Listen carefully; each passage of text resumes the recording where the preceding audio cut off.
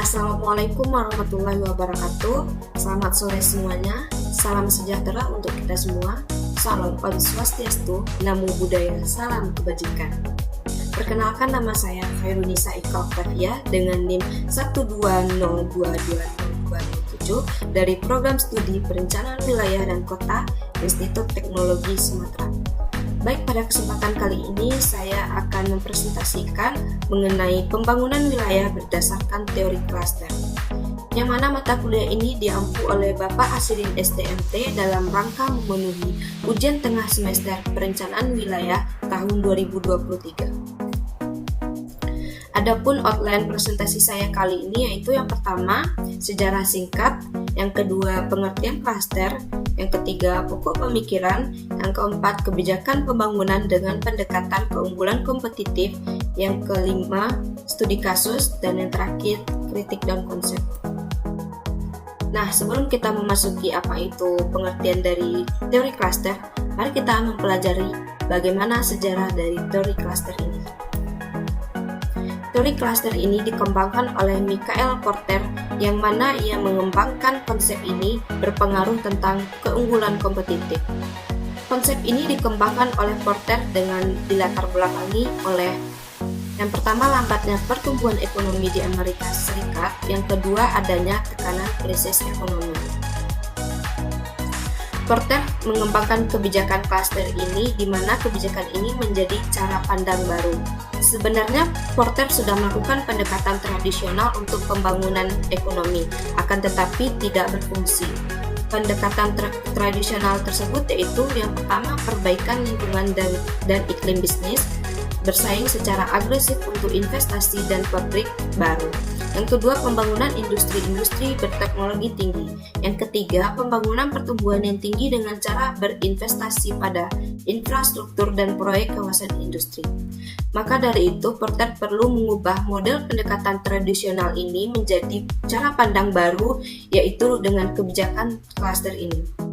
Diubahnya cara pandang baru ini dikarenakan model pendekatan tradisional hanya fokus pada kebijakan industri, karena kebijakan industri ini dianggap melemahkan kompetisi sehingga melemahkan kemampuan produktivitas dan inovasi industri.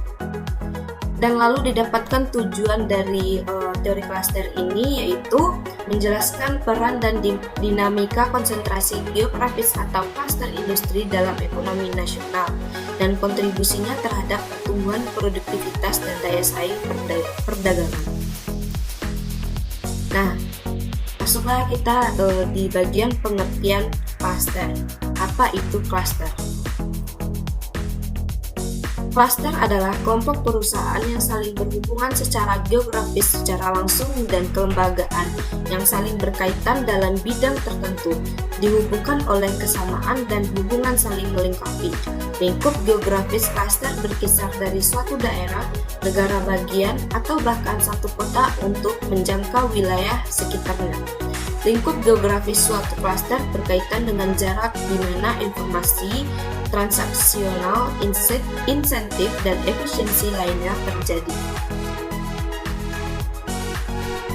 Klaster terjadi di banyak jenis industri, dari mulai yang lebih kecil hingga bahkan dari industri lokal seperti restoran, dealer mobil, dan toko barang antik.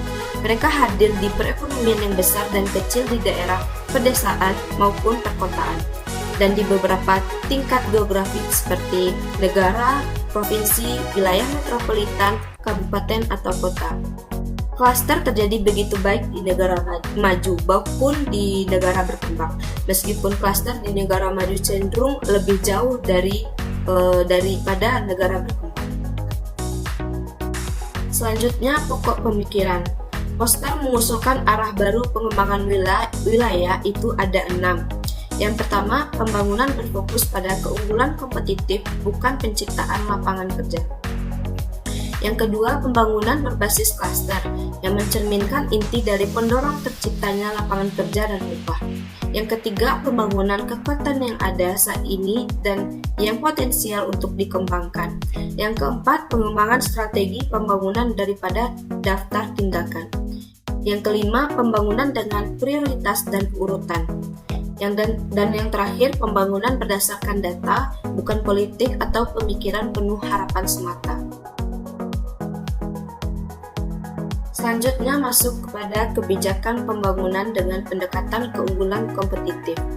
Pembangunan regional adalah peningkatan keunggulan kompetitif perusahaan, klaster, dan ekonomi nasional dalam pasar internasional.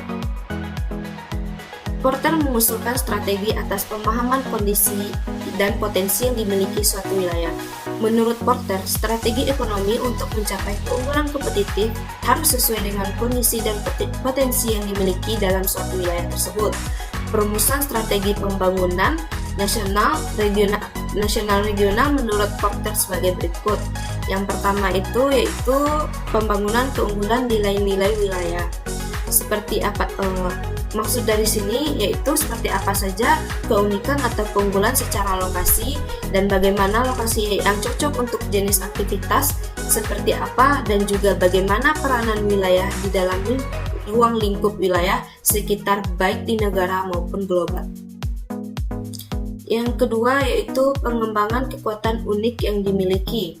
Nah, di nomor 2 ini maksudnya mengembangkan kekuatan unik seperti elemen-elemen iklim dan lingkungan yang unggul itu bagaimana, dan dibandingkan wilayah lain, dan apa aktivitas yang berpotensi yang bisa dikembangkan pada saat ini. Yang ketiga yaitu pembangunan untuk mencapai dan memelihara keseimbangan dengan wilayah sekitar. Maksudnya, mungkin apa saja kekurangan dan kelemahan yang harus diatasi dalam ruang lingkup wilayah tersebut. Dan yang terakhir, penentuan prioritas dan urutan pengembangan merupakan hal yang fundamental untuk pengembangan ekonomi wilayah.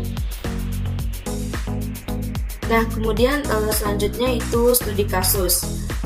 Saya di sini mengambil studi kasus yaitu klaster industri di Kecamatan Ciamas, Kabupaten Bogor. Kabupaten Bogor memiliki potensi sumber daya manusia yang besar untuk pembuatan industri sepatu. Selama ini Kabupaten Bogor, Kecamatan Ciamas merupakan salah satu sentra pembuatan sepatu. Dengan segala potensi yang ada, industri sepatu di daerah ini sangatlah prospektif untuk dikembangkan sebagai salah satu komoditi ekspor. Dukungan penuh dari pemerintah daerah Kabupaten Bogor diperlukan dalam pengembangan industri klaster sepatu di Bogor dengan mengalokasikan APBD untuk mengembangkan industri klaster sepatu ini. Nah, ini berikut gambar dari klaster industri sepatu di Kecamatan Ciamas, Bogor.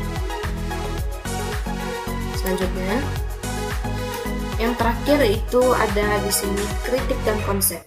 Beberapa kritik yang dilakukan beberapa ahli terhadap teori klaster ini yaitu yang pertama yaitu ada Martin and Sunley pada tahun 2003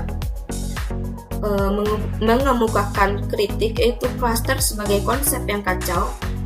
Kedua, merek klaster Porter telah tercemar sampai taraf tertentu oleh promosi dan konsultasi komersial.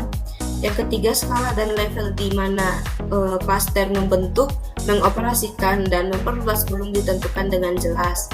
Yang keempat, perhatian terbatas pada dimensi sosial dan pembentukan dan dinamika klaster. Selanjutnya yaitu ahli Duranton pada tahun 2011 mengemukakan kritik dan konsep yaitu konsep. Yang pertama, konsep klasternya Porter secara teoritas ambigu. Yang kedua, manfaat pengelompokan terlalu terbatas untuk membenarkan upaya dan investasi yang signifikan dan berkelanjutan. Yang ketiga, agar efektif, kebijakan klaster perlu dikembangkan dan diterapkan di lingkungan yang tidak pasti. Berikut ini pembahasan terakhir yaitu kritik dan konsep dari beberapa ahli. Baik, sekian, terima kasih presentasinya. Terlebih kurang mohon maaf. Wassalamualaikum warahmatullahi wabarakatuh.